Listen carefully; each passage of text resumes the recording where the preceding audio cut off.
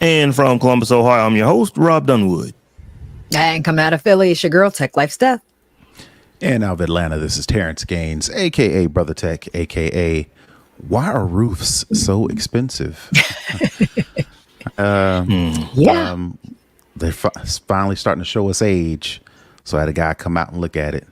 He's like, all right, well, we can submit your claim for your insurance. But if they don't accept the claim, this is how much it's going to cost. I'm like, yeah, we just going to cross our fingers and say a prayer right quick that homeowners insurance cover this, because good grief, man. Home ownership is whack.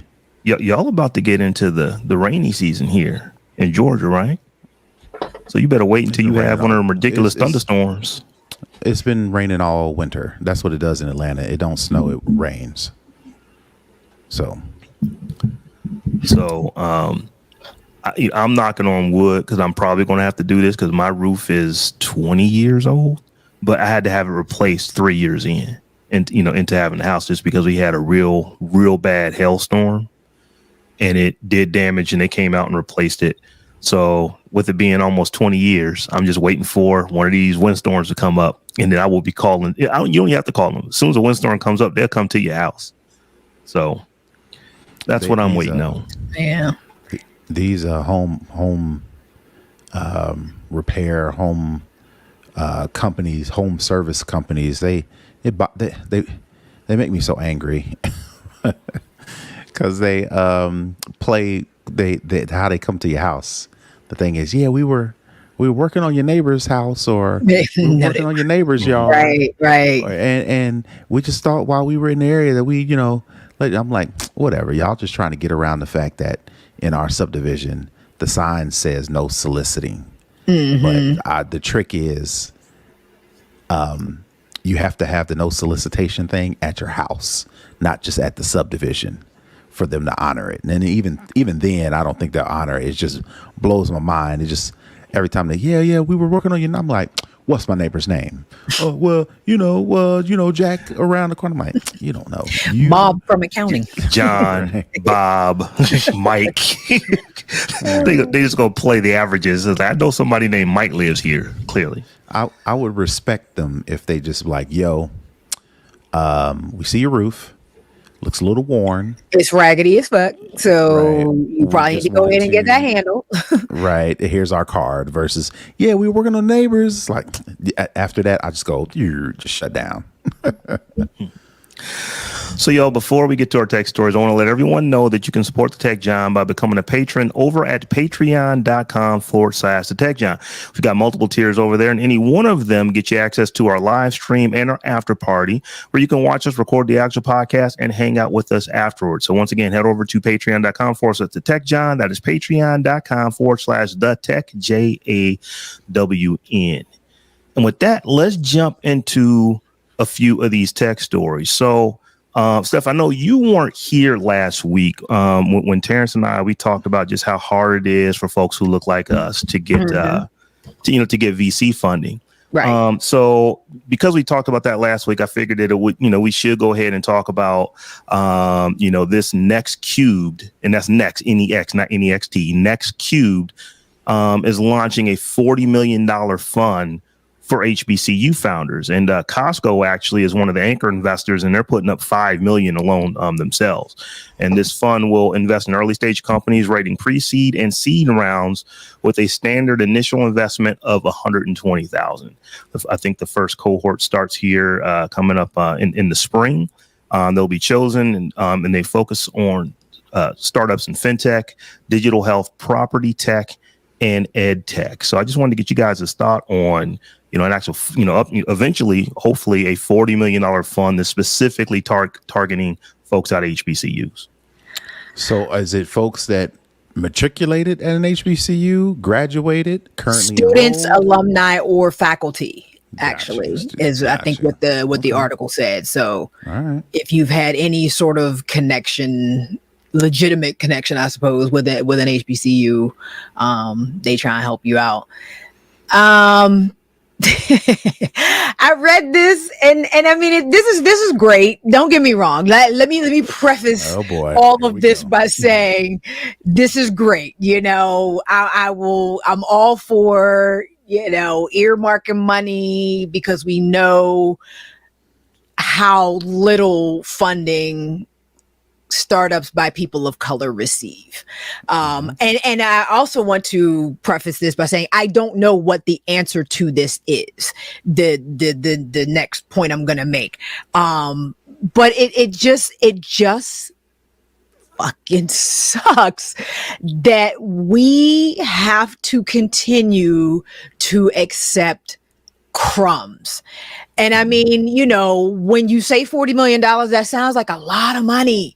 Not really. We have to continue to accept crumbs. I went on Crunchbase real quick because I was just like, let me just make sure I'm not being unreasonable in this, because we know that, startups with Black and brown founders receive less than 1% of venture capital money. We already know that. But I just wanted some data to kind of look at what is really happening. Andreessen has $32.4 billion in assets and all their funds and everything they do. 32.4 billion with a B. They're almost 10% of what is allocated in the U.S. each year. Right. Their cultural fund, the one that Pharrell is a part of, and a bunch of other upwardly mobile Black folks that want to do something for the community and for the founders and for that fund is called, because I don't want to, like I said, it's called the Cultural Leadership Fund 3. And like I said, Pharrell and some Blake Griffin is a part of this fund, and some other athletes or whatever are part of this fund. Has $60 million in it.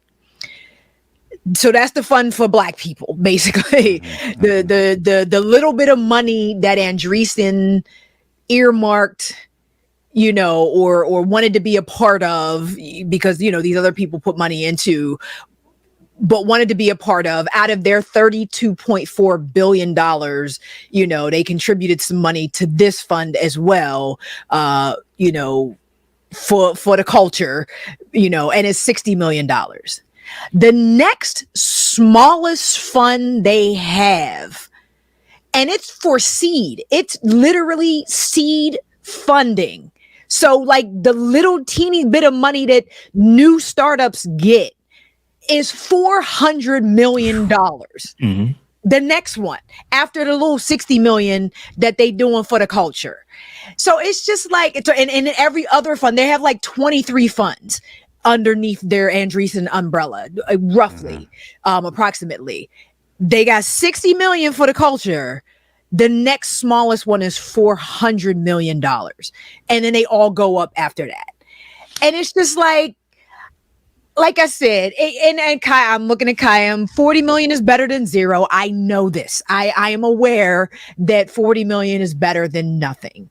But it just irks my soul when we have to still sit here settling for the crumbs, because yes, 40 million is better than nothing, but 40 million ain't nowhere near 400 million, and it definitely ain't nowhere near $1 billion, and it definitely ain't nowhere near, let's see, their Andreessen's crypto fund is at 4.5 billion right now.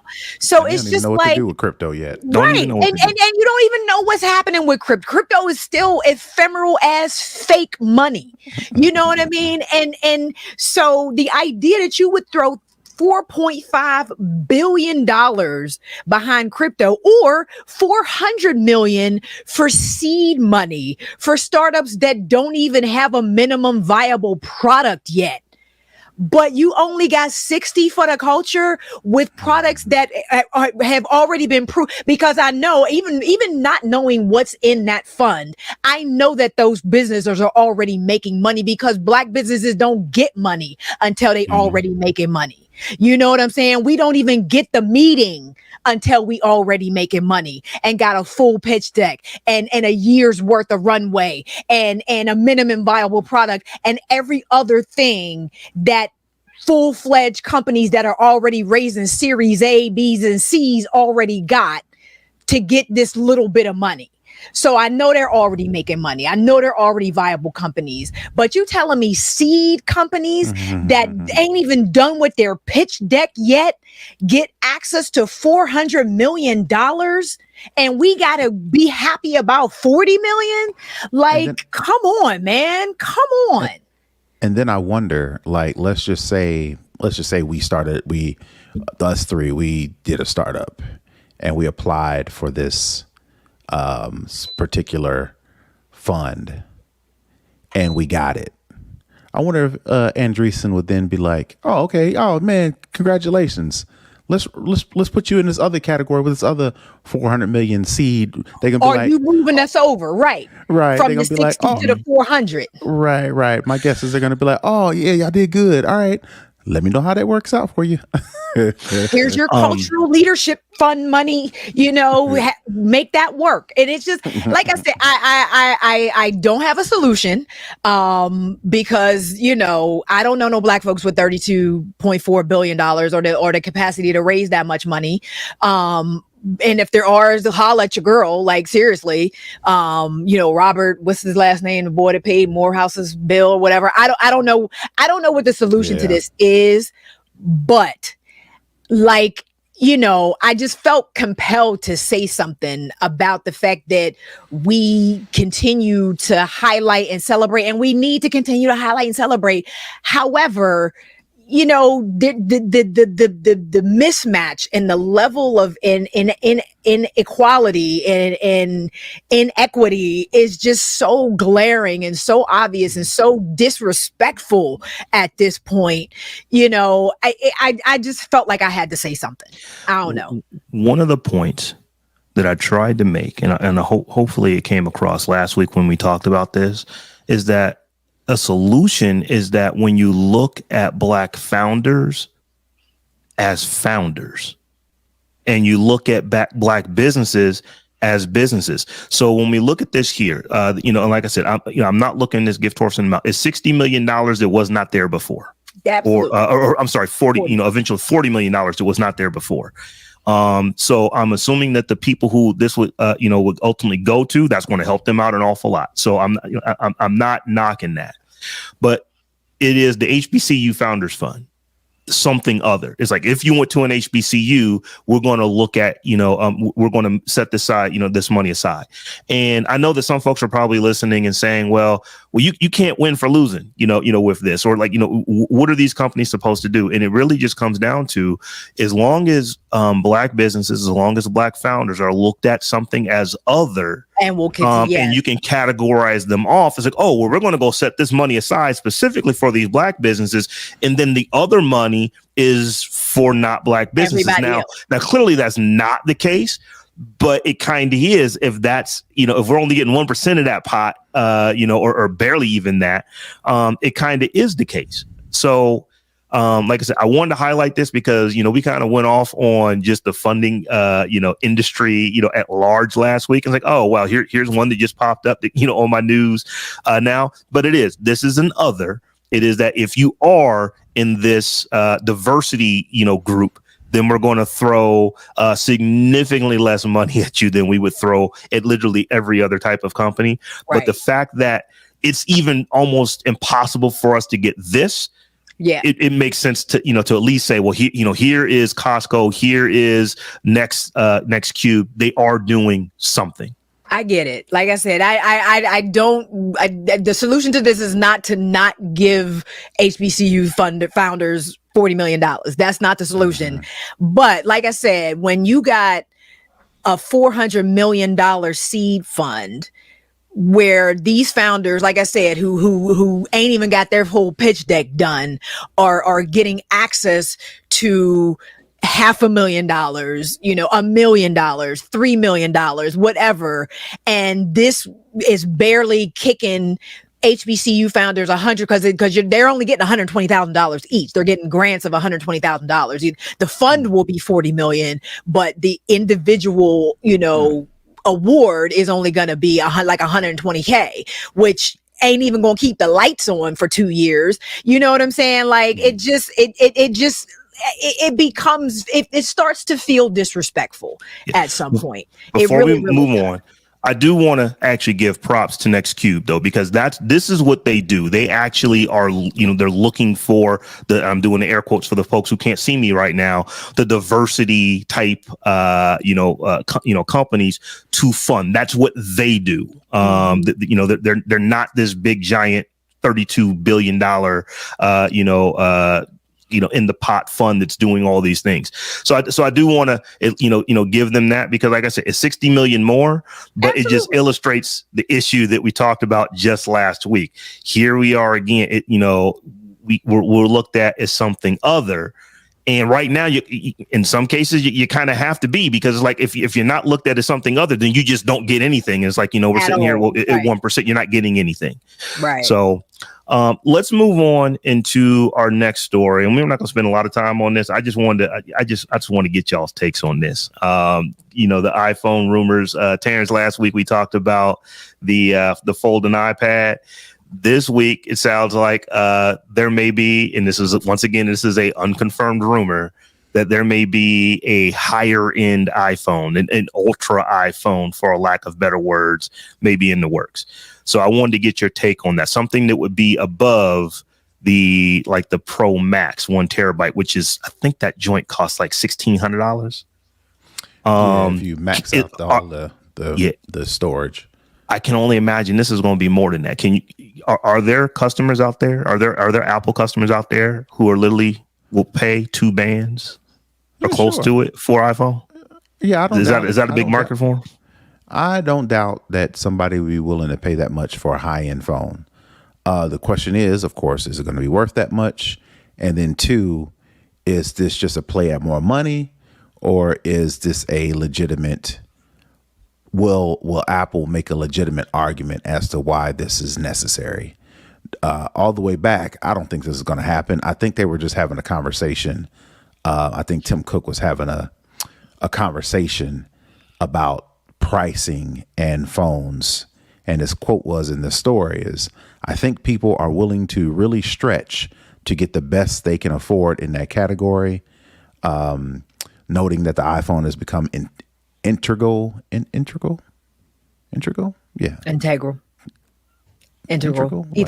Either way. Yeah. Consumers now use device to make payments, yada, yada, yada. So I think for that, people gleaned and said, oh, well, then if people were willing to spend more money, then Apple's coming out with an iPhone Ultra that's going to, I don't know, do something, and they already said, okay, well, since Apple did the Apple Watch Ultra, that is with the, the diver watch with the SOS calling and the alarm and all that things, like, well, maybe we can make a phone that has a, rugged, I'm just spitballing here, make a rugged iPhone with a scratch resistant,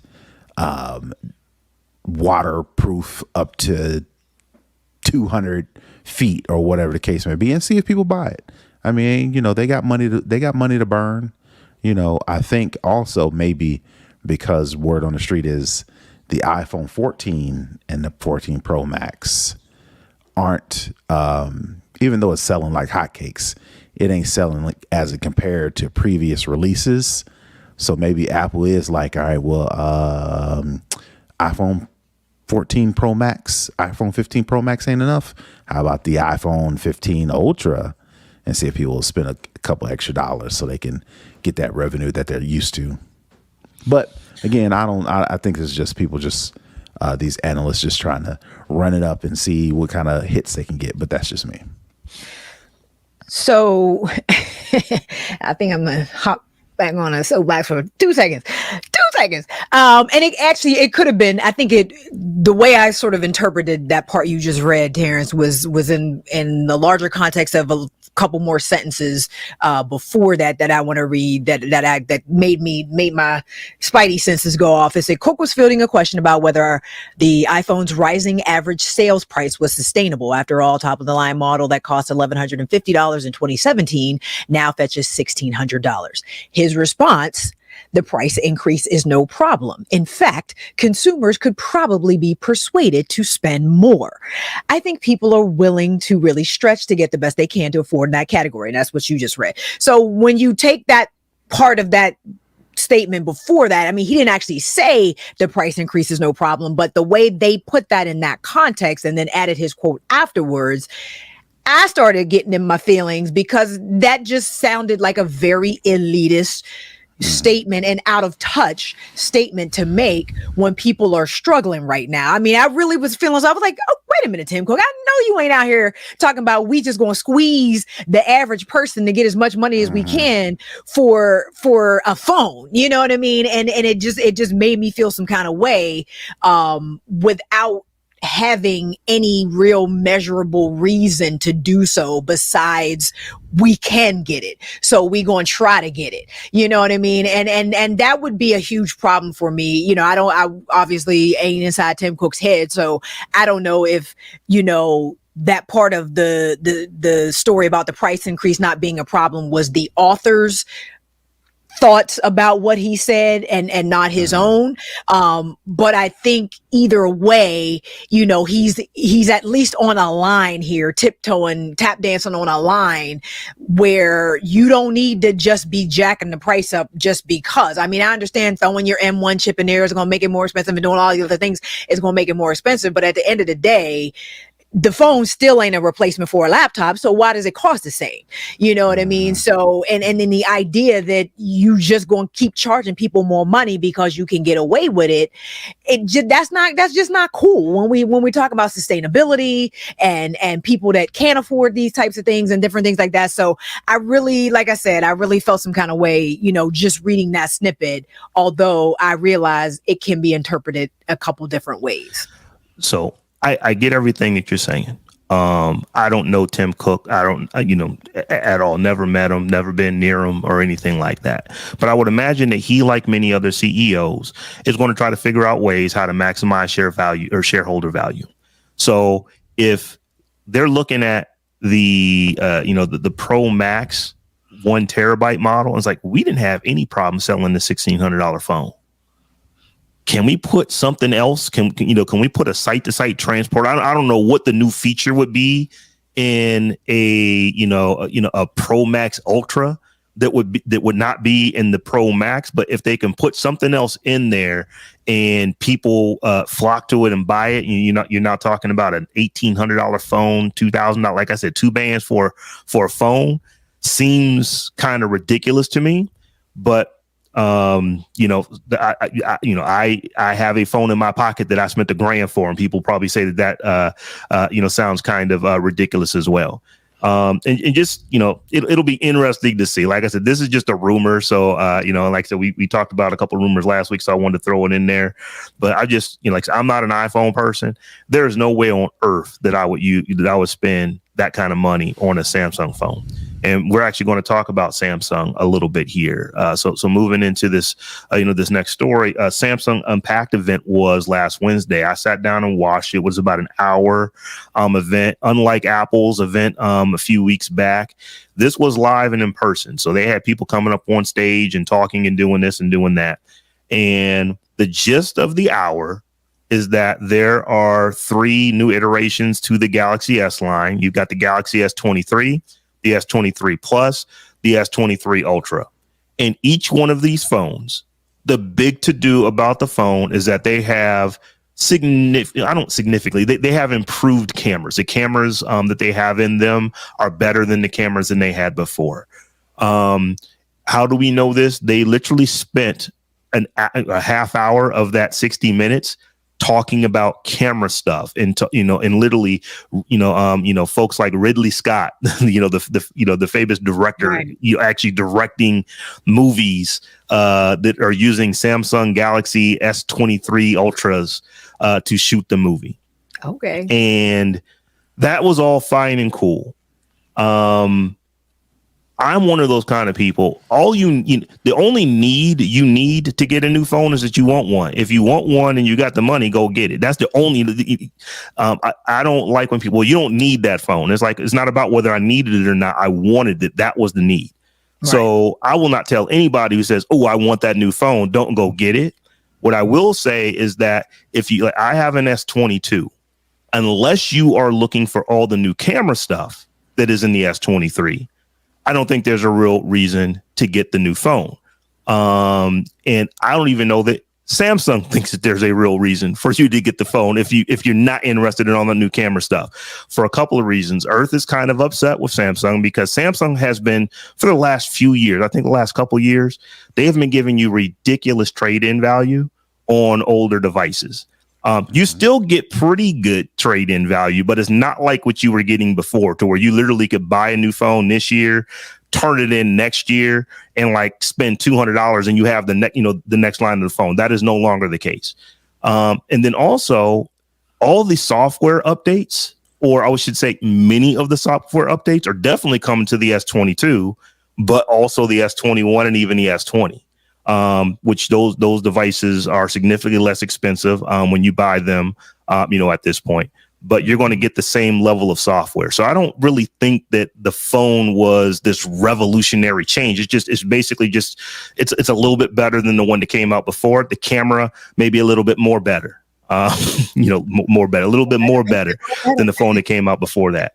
So just to give you some numbers, the S23 is coming in at $799, S23 Plus $999, the S23 Ultra. That is the really big one with the stylus. It replaced the Note that that I used to know and love a few years back. That one's coming in at $1199. At the Samsung event, they also announced 3 new notebooks. The Galaxy Book 3 Pro, which is at $1449, the Galaxy Book 3 Pro 360, which is at $1899, and the Galaxy Book 3 Ultra, which is at $2399. And I'd have to actually see benchmarks, to really understand what these laptops can do. Do we know what kind of chip those laptops are running on? I'm just curious. I wasn't trying to put you on the spot. I thought it might be in here, but I don't see it. I did not. I want to say that they're using like the latest, the latest Intel or whatever. The latest Intel. I have the stats. I just don't have them right here in front of me. I did not pull those up. Okay. But it looks basically like any high-end Dell would be using, any high-end, Lenovo or anything like that. It looks like a perfectly good laptop. In fact, so they don't do their own chips like Apple. These are definitely Intel. This is Intel chips. Okay. So the thing about the laptops, more so than the specs, was what it really looks like is that Samsung is saying we have a lot of people who have our phones. We have a few people who have our tablets. We have a lot of people who have our watch. We have a lot of people who have our earbuds. We're trying to, if you are in our ecosystem, we're trying to make everything play with each other. It gave me the very Apple-y feel to their stuff. So some cool things from a software standpoint. You just sit your phone, you get this brand new Galaxy S23. You just sit your phone down next to your laptop and it automatically pairs so you can use it for a Wi-Fi hotspot. Just cool things. Just like, it saves you the 12 seconds of having to actually turn it on your phone and then connect, those type of things. So it was just, everything just looked like it works with each other. The event, it looks like they're trying to say, yes, you can actually use these devices to be a creator.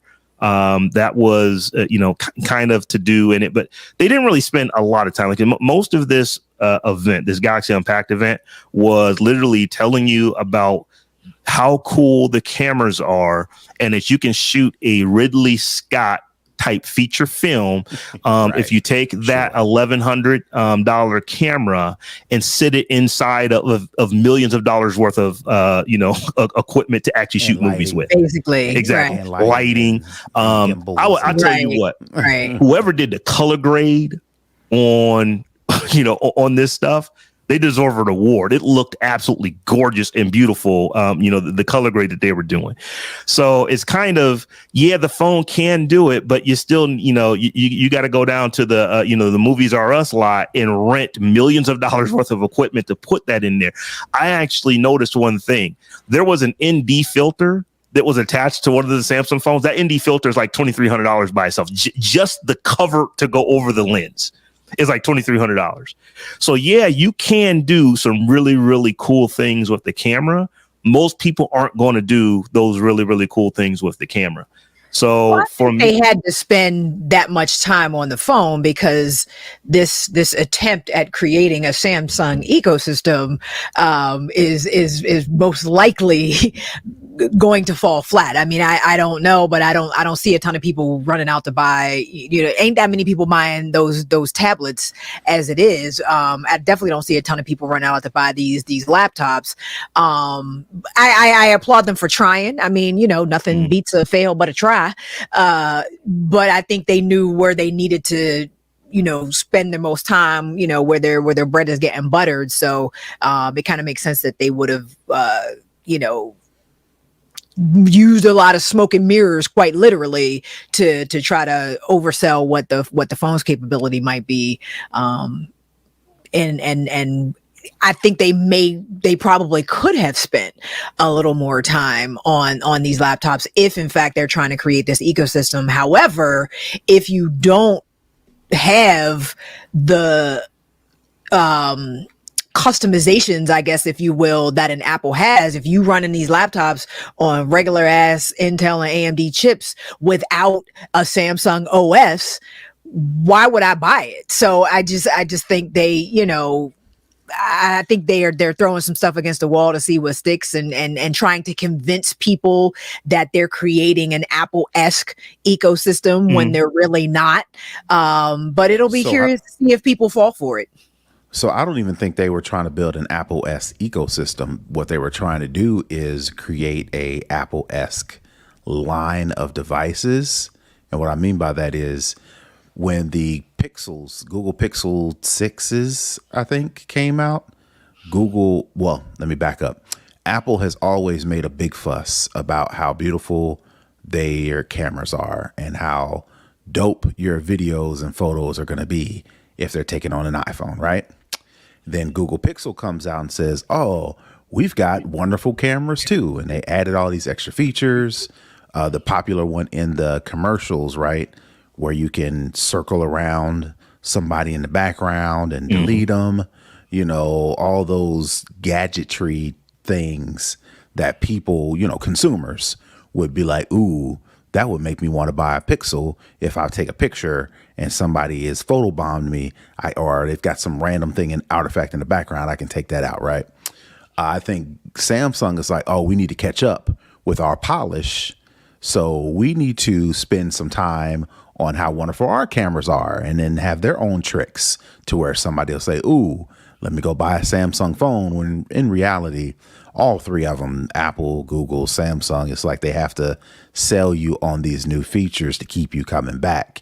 And Samsung, they did it, but not to this level. Like Rob mentioned, this was live and in person, and they all kind of, follow that trend that Apple started as far as their presentations go. So I just think this is Samsung catching up with Apple as far as the polish and the types of things they announce and the way they announce them, when in actuality, it's just a new phone that, every year they come out, or every year or so they come out with a new phone that, Samsung's always done tablets, and now they're trying to do the MacBook-ish thing with the Galaxy Book, right? Same thing because Microsoft did it with the Surface Book, and, Samsung calls it now the Galaxy Book. They're seeing what Apple and Microsoft are doing, and somebody says, oh, we need to get in that game as well. So this is Samsung getting into that game. And like I said, this is not the first laptop. Samsung has been making laptops for years. But there, as you say, Terrance, it's like, oh, let's call it what everybody else is calling it. Let's make them super thin. They're pretty. They look really nice. But when it comes to to an Intel based PC as a laptop, I want to see the benchmarks and how the thing runs. I would imagine it is actually probably pretty good. It's got good processor in it. It's got good memory in it. Good, video card. It's got the same parts that you're going to see, as I said, in the Dells, like in XPS line, in the high end Lenovo. It is a high end class of laptop, and they really are. It's like, okay, you could buy this laptop instead of buying a MacBook. You could buy this instead of buying a Dell XPS. I think that's where, these particular pieces of hardware are. But we'll see. As I said, this was for, all intents and purposes, this was a phone launch. This was them launching their flagship phone, the S series.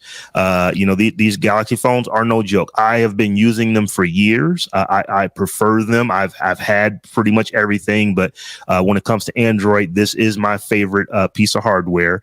I don't imagine that these phones are going to be anything worse than anything that I've seen before. I just don't know. I think that the updates are so iterative. It's just like, we made this a little better here, we made it a little better there. You probably can save yourself some money unless you are truly interested in the camera stuff, which seems like the camera. I've heard people say like the camera is 40% better than the previous camera. Well, that's not it. That's fairly substantial. But if you're not doing all of that crazy camera stuff, then you probably don't need to go with the S23. Like I said, just a personal opinion there. Thanks. So Stephanie, you stuck this in at the last minute. I actually, even before you stuck it in, was reading this story about Google, and like we've been talking about basically since we've come back from our holiday hiatus about ChatGPT and all that kind of good stuff. Well, it looks like Google, they definitely are getting in the game. Not to say that they were ever out of it, but they're letting the world know that they're coming out with it. But they're doing it in such a Google way. Why are they calling this thing Bard? I know. That was the first thing I thought. I was like, first of all, nobody's going to get that reference. Yeah. It's what is the word I'm looking for? Not obnoxious, but that's not the word I'm looking for.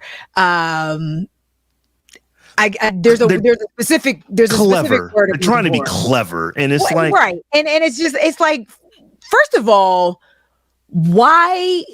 The idea that Google wasn't first to this market is a problem for Google anyway. Like, you run the world's largest search engine, your AI already should be on the level of a ChatGPT or beyond.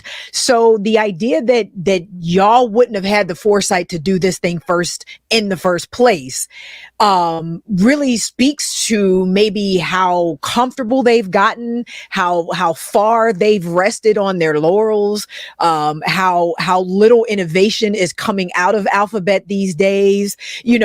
Pick any one of those things, but Google should have been first with this whole idea from the gate. So now to try to play catch up and you're calling it, you know what I mean? Like, you're doing too much, Google. You know what I mean? You doing a whole lot right now, and you talking loud and really ain't saying nothing.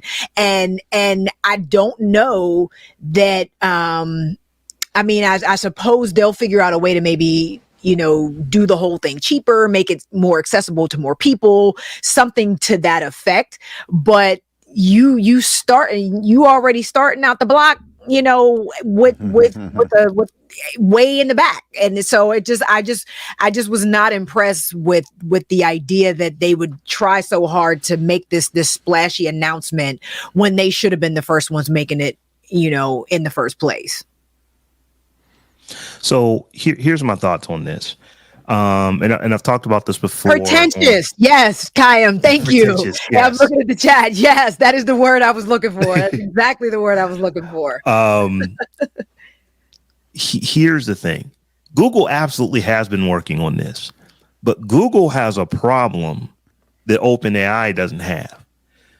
If you use ChatGPT, it's like, oh, this is actually pretty slick until you ask it questions that that is giving you the wrong answers, and it gives you those answers so assuredly. And it's just because when you think about how these large language models work, they don't know anything. It's basically predictive text. So it's scanning the internet for all things scannable and using that to generate, I'm really bastardizing the technology on this because it is really, if you go and you look at any videos where people are really explaining how these things work and how they do what they do, it's quite impressive where they have brought them and the speed that they've brought them, to this point. But the point I was making about Google being different than OpenAI, Google can't afford to be wrong on this kind of stuff, because that pushes you to an OpenAI, because they're the up and coming upstart. We're going to give them a pass on thinking that Trump won. You can literally make this thing, you can make it think this thing at some point was thinking that Trump actually won the 2020 election. It would give you answers like it absolutely happened. Why? Because there was so much social media that is scanned that was saying that he did, that's what it was repeating based on how you ask questions. Google could never get away with that type of air out in the ether. So we've heard, and we've talked about on this show before about Lambda. That was the AI that one of the Google employees actually thought was sentient, because it's that's what BART is based off of too. Just FYI. Exactly. So I think that both things. What I'm saying, Stephanie, and what you just said are both true. How could Google allow OpenAI to come out with this stuff first? And then also, you can't be wrong if you do come out with it first. You cannot make those kind of mistakes. I get it. Google's a battleship. They can't turn on a dime. OpenAI is still a very nimble, startup type company, where they can make, like you said, they can break things, fail fast, fail forward, all that awesome, awful tech, colloquialisms. I get it. But I think they really lost something in not being first. I would have rather them been first and wrong than trying to pull up the rear on the back end with this, and granted, I haven't tested BART. I don't know if it's going to work better or worse, or if it's going to completely overtake ChatGPT because it works so much better than their platform. But so it remains to be seen. It was just curious to me that they wouldn't have tried to get this out, especially if ChatGPT is searching Google. It makes it right. It's like, ChatGPT got added to Bing because Microsoft threw all that money behind it. I was just like, who's gonna tell Microsoft that nobody uses Bing? Here's $1 billion. How about 10 billion? It's like, no, Microsoft is putting this in everything. It's who's gonna tell them? What was the thing? I can't even think of the name of it that replaced Microsoft Teams. I was going to say they replaced Skype, but Microsoft Teams, they're putting it in that. Microsoft is putting this in everything. So they was like, we back in it. We can get back into the search game. They're not messing around. My thought tells me, because we talked about this a few shows back, where Google said that they are in code red over this.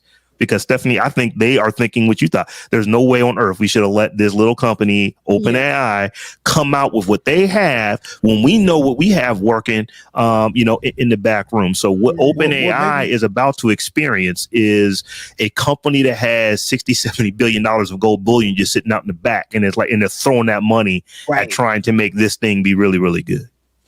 Well, I'm still, all this is like new, and I think, I don't want to say ChatGPT is jumping the gun, and I don't want to say Google's Bard is jumping the gun as well, but I think they possibly are rushing to announce their thing as well, just to kind of capitalize on the it factor. Well, you got it. The momentum. You have to. Right. Yeah, absolutely. Right. But again, same thing with, and we talked about it before, is there a actual use case? Yes. Beyond cheating on your high school history paper? Right. What is the thing that people are going to say, oh, that's what this is for, right? I think everybody's kind of like, oh, this thing is new and you can do it for this and try this and do this cool thing. And, cheat, like you said, cheat on your term paper and, write a book and write it. We talked about did we talk about the guy that wrote this children's book? I think we talked about that. Yeah. Write a children's book and, well, write it some actually tech too, posts. just ChatGPT just passed interviews at 3 different companies. Like the coding portion of the interviews at 3 different companies. So, people will be doing that too. I get what you're saying though. Like, how is this going to change society in a way that justifies the money that's being spent on it and the attention we're giving it? So soon. It's like you said, this popped up in the late fall of 2022. November 30th. Now billions are being thrown around, and it's just like, man, can we slow down before y'all accidentally make Skynet, please? Right. Slow down a little bit. That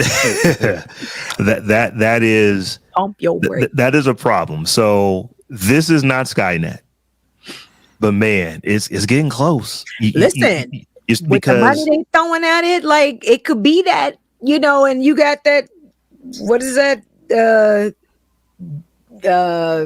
Not parabolic, but exponential thing about how fast hockey stick curve. Yeah. So it's just like, it's not that far out of the realm of possibility to think that these computers and this AI could reach some level of sentience sooner rather than later.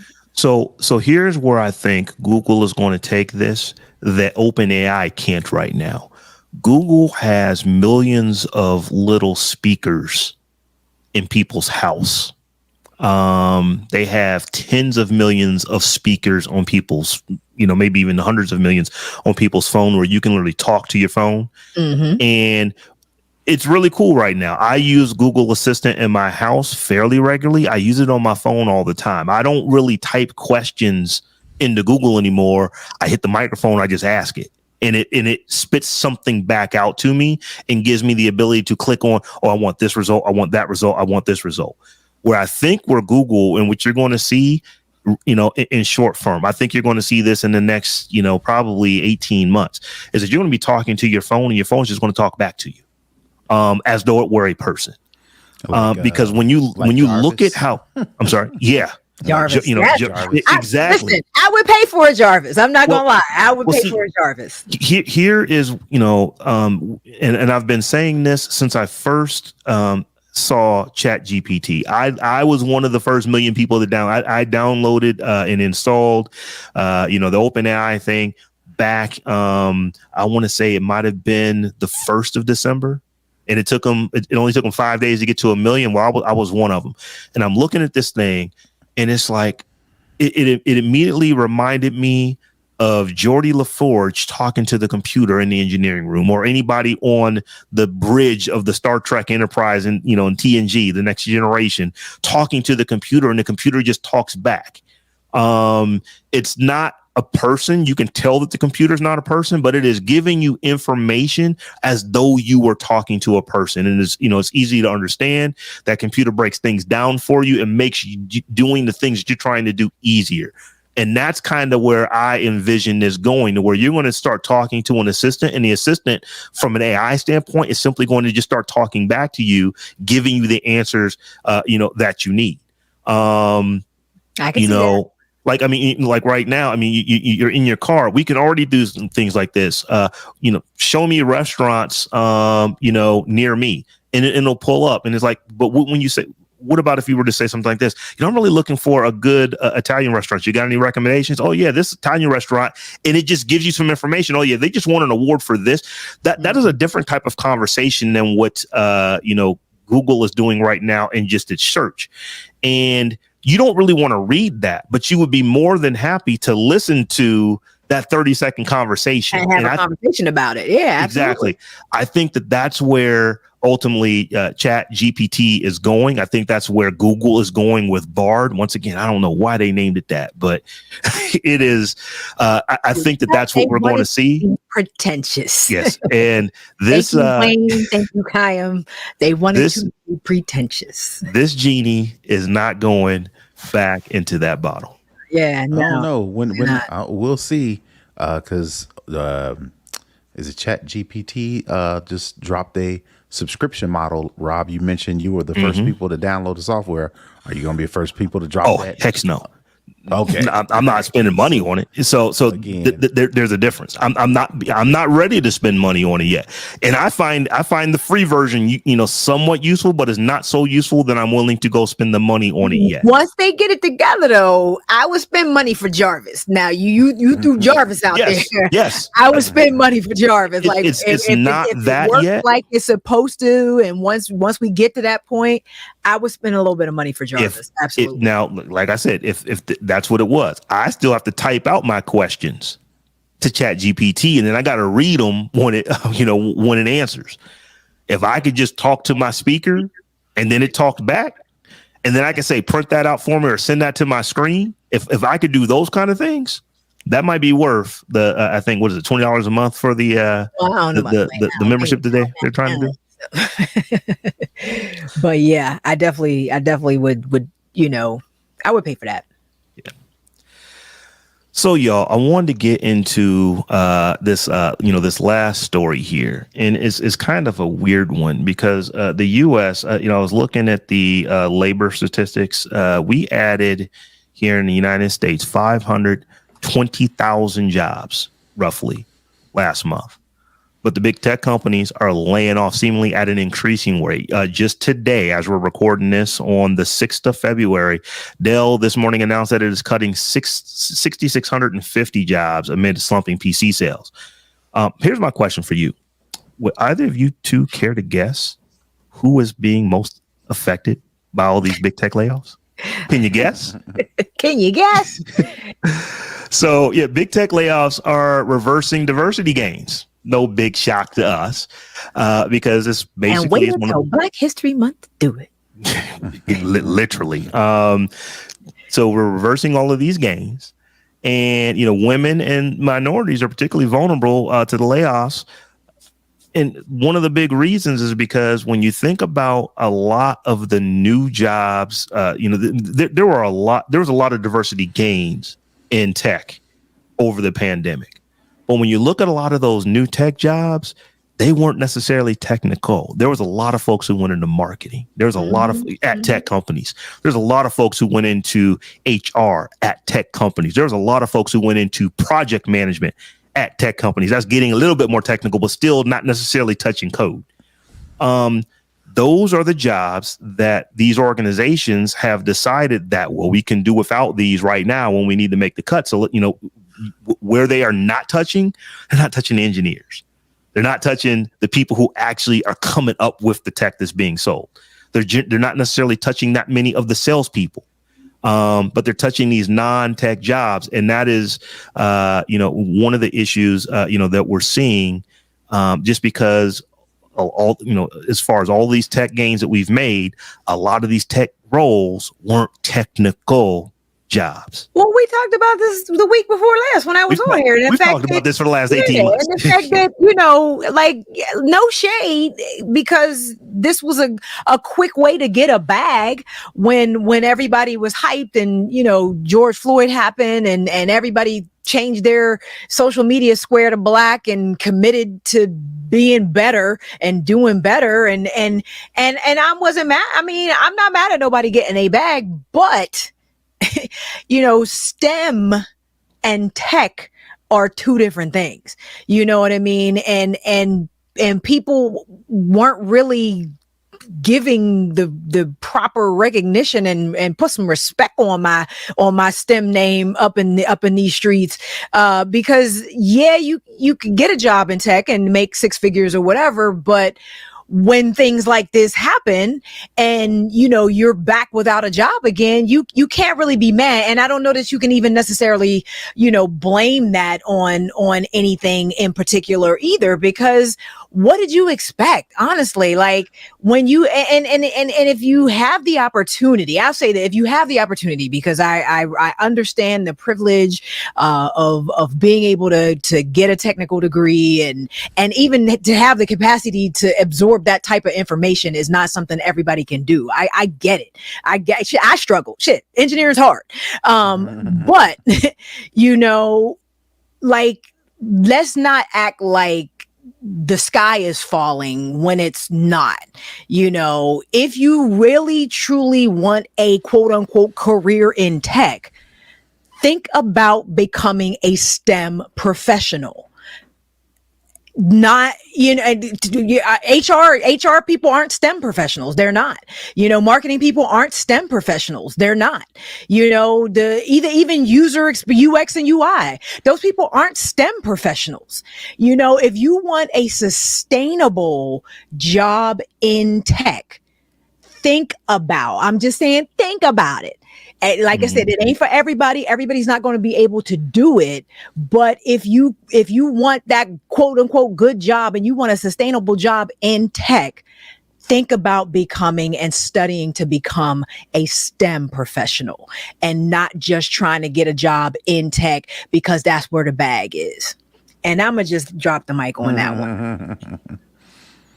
Well, I mean, it's just, are we surprised that now that things have settled down, that all of these opportunities, all of these resources, all of these jobs that these companies committed to in the wake of, like you mentioned, Stephanie, George Floyd and the resurgence of Black Lives Matter and specifically the diversity, equity and inclusion thing, all those things just came out of nowhere. Is anybody surprised that they're now kind of fading away? No. Because, I mean, these are corporations and they're going to do what's best for them at that moment in time. Now, at that moment in time is not 3 years from now, and it ain't 3 years ago. It's at this moment in time. So for the fact, this is not surprising, you know, and again, like we mentioned, you know, when white folks catch a cold, we catch pneumonia or the flu. I think it's pneumonia. Is it pneumonia or is it the flu? Either way. You know, when they catch a cold, we get the flu or pneumonia. Yeah. Right. So the fact that they're going back to the way things were, because, you know, things, you know, post-COVID, even though I know there are still people catching COVID. I know there's still people who suffer with the long-term effects of COVID, if not have passed recently. You know, but we're I think everybody's back to this or trying to get back to this sense of normality. You better believe these corporations are like, bet. Right. Well, here's the other thing. So we get rid of these people and get back to normal. Here's a big thing that happens when companies lay off. It's first in, last out. That has never changed. Mm-hmm. So if you have a bunch of folks who have been at a place for years and they know how everything operates, and you've got a bunch of new people who have been there 18 months, 2 years, the person has been, even if the jobs are relatively the same, the person has been there for a long time, has been doing it. If they are actively good at doing their job and they've got more seniority, their chances of sticking around are just going to be higher than someone who's just been there 18 months, 2 years. That is just how things are going to work. It's different if the person's been there 2 years is way better than the person that's been there 10, but generally, you know, all things being equal, seniority is going to help you stick around a little bit longer. The other thing, and I wanted to bring this up because another thing that I had linked in this story was that this is actually getting worse. So there are some studies out here, and it says without substantial interventions, things could get substantially worse by 2032. So the Black tech wage gap is projected to jump 37% in the next decade. That's jumping 37% from where it is right now. So when you think about, Black folks in tech, we're about 8%. We're just under 13% of the total population. So it's now saying that it's going to jump 37% in the next decade. that is opportunity as far as I see it. I'm looking at some of this numbers here. It says it's going to result in a $51.3 billion lost in wages for Black workers, each year, according to this report. Technology jobs across sectors are projected to increase substantially by 2032, going up about 14%, but those gains won't evenly be distributed. Black tech talent is only projected to grow at 8%. So I look at that and I'm reminded of something. I think this was Oprah who said this. She says that luck is preparation meeting opportunity. I say, well, let's get lucky. I think that was like, I think that was Oprah who said that. I feel like that's been said. I think Oprah probably made it popular, but I'm like, no. So I think I'm giving Oprah credit for that one. I think Red Auerbach or some old white coach from back in the day might have. No. That. So the original quote, and this is one of my favorite quotes. I think it goes all the way back to Whitney Young Jr. Back, he said this back in like 59 or 60 or something like that. That it's better to be prepared for an opportunity and not have one than to have an opportunity and not be prepared. So what Oprah is saying is kind of a mashup or a rephrasing of that. So I'm saying let's just get lucky. If we know that these jobs are there, you can prepare today for what's coming. Because I keep seeing a lot of folks. They see all these folks getting laid off. I don't want to go into tech. If all it takes is for you to see a blip in the market over 3 or 4 months of a lot of people being laid off in an industry that every article, every pamphlet, every paper, every website that you read tells you how many jobs are available and how many people are able to actually fill those jobs today. And then you look at where that number is going to be in 5 years, 10 years from now. And that's, but you see people getting laid off in the moment. Well, I'm not going to even go there. Maybe you shouldn't have been there in the first place. I'm not trying to preach to anybody, but I am saying it's like technology is changing the world. You better get with it. And when you do, if you do, it can, it can change your life for the better. That's just professionals. Could these numbers also be attributed to Black folks specifically deciding to start their own businesses and to become engineers and to maybe even become, content creators? What I mean by that is the numbers are the numbers are starting to widen. Maybe because I know a bunch of entrepreneurs, a bunch of small business owners don't have nothing to do with technology. So maybe there are some people who are getting out of the corporate game in general as it relates to, do I need to go have a job, or do I need to start this Shopify website, or do I need to, make these cookies, or do I need to, make these headbands or these scarves or this lotion? I would be interested to see these numbers correlated against or juxtaposed against the number of Black-owned businesses that have popped up at the same amount of time. That would be a good metric. I mean, I think especially when you look at Black woman-owned businesses, we starting them like every 2 seconds or something like that. So it definitely, that probably could account for some of, I'm not saying it's a match. Yeah, I'd be interested to see for a little bit, Yeah. I was also interested in a Stanford professor actually talked about the idea because we're, to your point, Rob, that we're going to see, this kind of get worse. We're also going to see it spilling over into other industries as well, beyond the tech space. But I found it really interesting that there was a Stanford professor, Jeffrey Pfeffer, who basically said that this kind of all boils down to copycat behavior and what he called social contagion. Meta was the first company to start layoffs, and everybody else just kind of jumped on the bandwagon, whether they actually needed to or not. They did it because, well, if Meta's doing it, then they must see something we don't see. They must know something we don't know. So let's just do it just in case.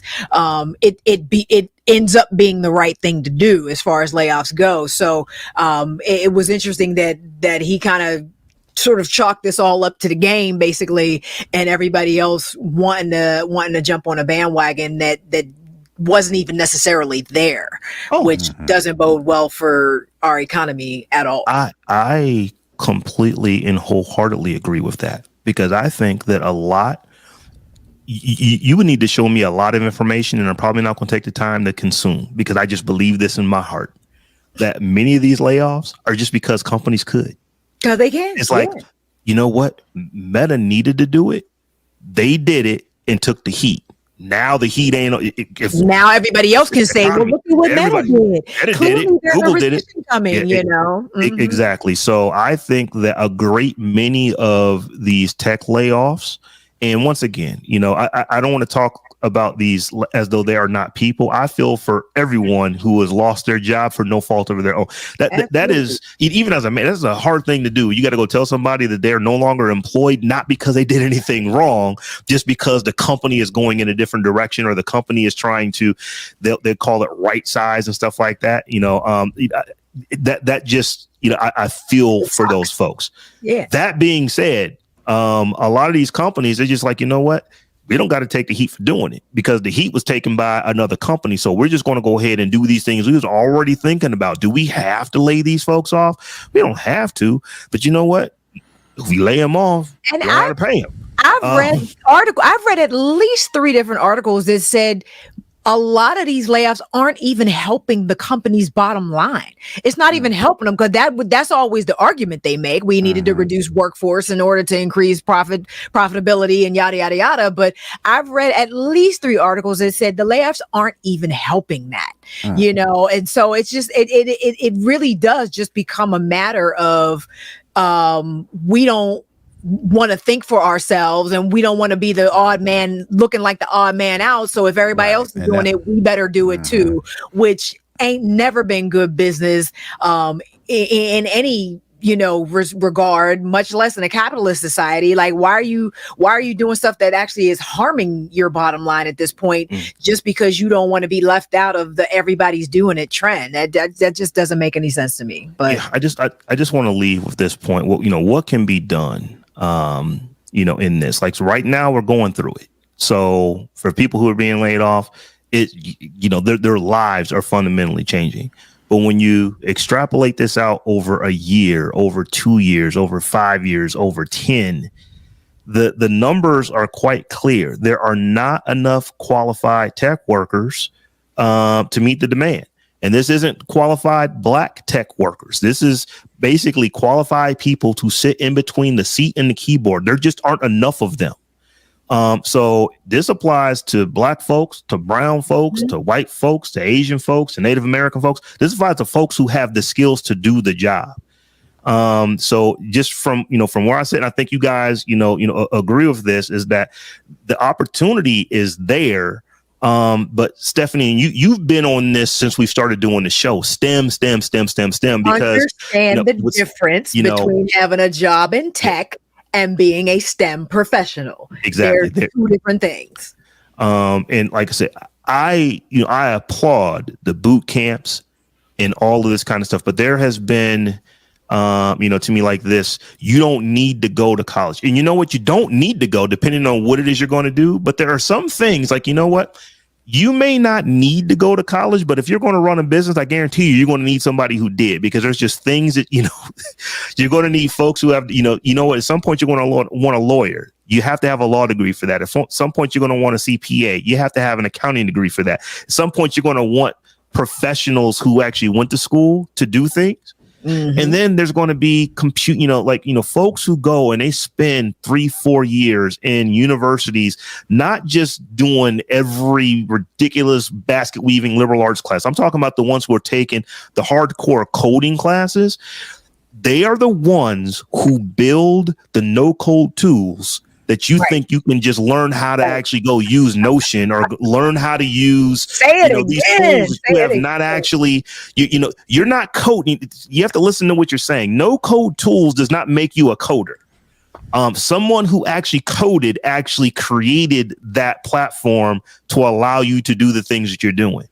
And when you think about, well, who's going to be laid off? The person that I could teach in 6 weeks and 10 weeks how to code with no code, or the person that took 3-4 years of doing this stuff day in and day out to learn how to actually to basically math it out, to actually figure out the logic of how they're going to create the code to do what they do.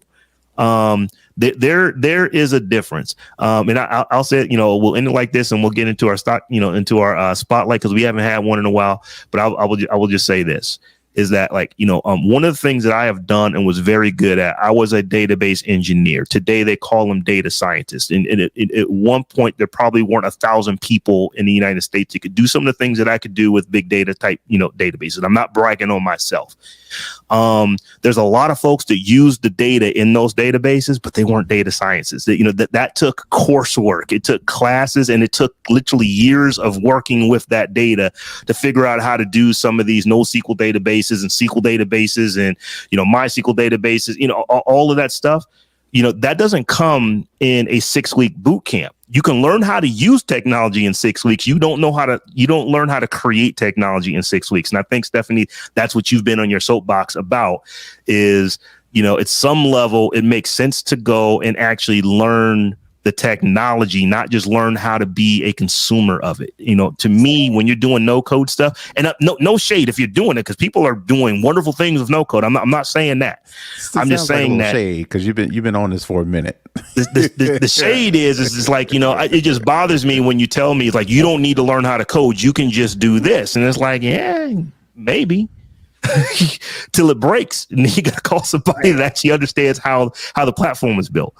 So, like I said, I don't want to be that tech snob to where you have to go out and get a tech degree. I'm not saying that. I'm just saying that at some point, if you are thinking about technology, you're thinking about the future, it is longer than 6 weeks. It is longer than 10 weeks in some cases. No shade at anyone who's doing those boot camps and is getting into an organization and getting a job. I applaud you for that, but don't stop there. Keep learning about the stuff that you learned to get into the organization, so that you don't become as disposable when companies decide they want to do layoffs. So I will just leave it at that. Y'all got any final words on it? Mm-mm. Nope. Say it what I said. All right, y'all. I know we are long, but it's Black History Month. We can't go without a spotlight during the month that we're supposed to be showcasing Black folks who have done stuff. We were talking about this person I'm going to highlight here shine our spotlight on. Because it just seems like we have probably talked about this person before, because it's a name that you've heard, and they've done a lot of things in tech, but I don't think we've actually talked about them on this show. So this week I'm going to highlight Dr. Clarence Skip Ellis. So let's see here. I'm going to see if we can add him to the screen, let people take a look at him. So this week's spotlight shines on Dr. Clarence Skip Ellis, the first African-American to earn a PhD in computer science. Clarence Skip Ellis was born on May 11th, 1943. He got an early start to his computer career by getting a job working the graveyard shift at the manufacturing firm Dover when he was only 15 years old. Although this job title was computer operator, his main duties were to walk around all night and be visible and prevent break-ins and watch over but not touch the company's new computer. Now, I'm guessing here that the child labor laws are a little different. He was 15, basically being a security guard at night back in the day. But in Ellis's free time on the job, he read and reread dozens of computer manuals that came with the machine, and he taught himself as much as possible about the computer without actually touching it. 2 months after starting the job, Skip helped the company out during an emergency. They ran out of punch cards. This is how far back this goes, to where they actually use punch cards to program these computers. And he was able to actually use, punch cards that had already been used to continue to use the program. Essentially what happened was at Dover, they weren't able to run payroll. And this 15-year-old figured out a way for them to be able to do it. You would think at that point that they would have given him the ability to go and, just run the computer, but they didn't. It took a few more emergencies, but eventually they got to where they asked him not to just come in an emergency and fix the thing that the other folks were not able to fix. They actually asked him to go ahead and start programming, on this computer. And that's when he really fell in love with it. So he essentially, at the age of 15 years old, got a job working in computers. And then he ended up becoming the youngest, not the youngest, but the first Black African-American person to get a PhD in computer science in the country. Skip Ellis, let's put a respect on his name, Dr. Ellis. He has done everything. So he's been everything from he worked at Park out in Stanford, where they actually, did some precursors to DOS and the Apple Lisa. His group was one of the first groups to actually use icons on computers. His group was one of the first groups to actually use Ethernet to actually allow computers to talk with each other across distance. He has done a little bit of everything. Back in 92, he became a full professor with tenure at the computer science department at the University of Colorado. In 2009, he became an emeritus professor there. And he said that I'll do this, but I still want to teach classes, essentially wanting to teach, young students coming in and make sure that those classes were diverse.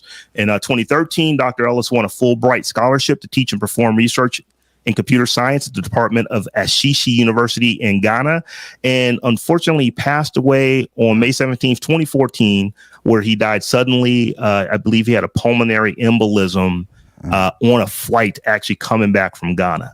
And as I was telling you guys in the pre-show, they could do a movie on this, on this guy's life. The fact that at 15 years old, he's working as a computer operator. Think about that. It's like 15-year-olds, many companies, he would never be able to work in during the day. He was doing this stuff on the graveyard shift. I thought that was just kind of cool.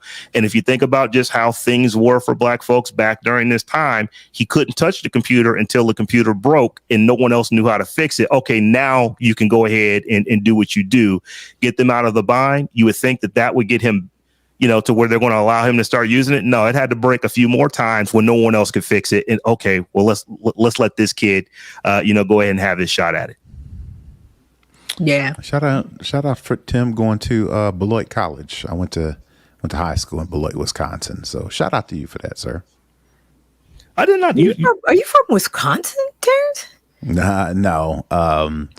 My father worked for General Motors, and he moved us to the Wisconsin plant like halfway through my high school matriculation. So I ended up graduating from high school, and I ended up graduating from high school in Wisconsin. So it was in Beloit to Wisconsin, which is maybe 2 hours west of Chicago. The more you know. Yeah, as I was researching all the things that Dr. Ellis has done, it's like icons. That was his team. Ethernet, or using Ethernet to actually allow the machines to where you could collaborate. That was his team. Groupware. That was his team. He has done some of everything that we use today and just take for granted. It's always been this way. It's like, no, it's people like Dr. Ellis that thought this stuff up back in the, in the 60s, 70s, and 80s. Shout out to Dr. Ellis. Rest in peace. So, y'all, we didn't have any new patrons or any new raises this week. So we're going to go ahead and just jump into the ending of the show. So, Stephanie, why don't you go ahead and tell folks how they can get at you? You can find me all around the web at Tech Life Steph. And you can find me on the internet at Brother Tech. That's BROTHATECH. I messed up my own stuff. And I am at Robb Dunewood on all the things. And we are also at the Tech Jawn, the Tech JAWN on all the things. So come holler at us online. I think we're spending a little bit of time over on Twitter lately. So come hang out with us there. Until we meet again in a week's time. Peace.